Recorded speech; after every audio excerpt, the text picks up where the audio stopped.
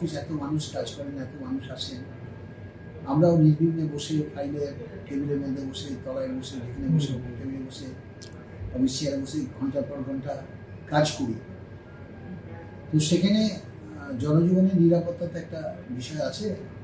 তো আমার মনে হয় বন দপ্তর অলরেডি আজকেও এসছে, কাজ করছে, শুনলাম আজকেও কনফারেন্স রুমে ওটাকে পাওয়া গেছে। তো কালকে আমার ঘরের যে কম্পিউটার রুমের মধ্যে কোনো একটা ফুটো ছিল যেটার মধ্যে দিয়ে ওরা পালাতে পারে, এটাই কালকে রাত্রিরে চলে গিয়ে ক্লাব রুমে চলে গেছে কিনা বলা মুশকিল। এরা আরও সংখ্যায় আছে কিনা আরও বলা মুশকিল। তবে এটা সম্পূর্ণ গভীরভাবে এটাকে পর্যবেক্ষণ করে উপযুক্ত ব্যবস্থা নেওয়া হোক।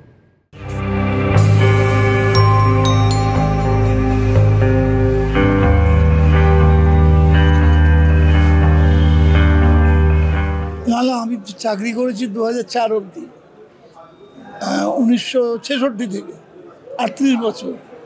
তারপরে এখনও ইউনিয়ন করি 80 প্রায়।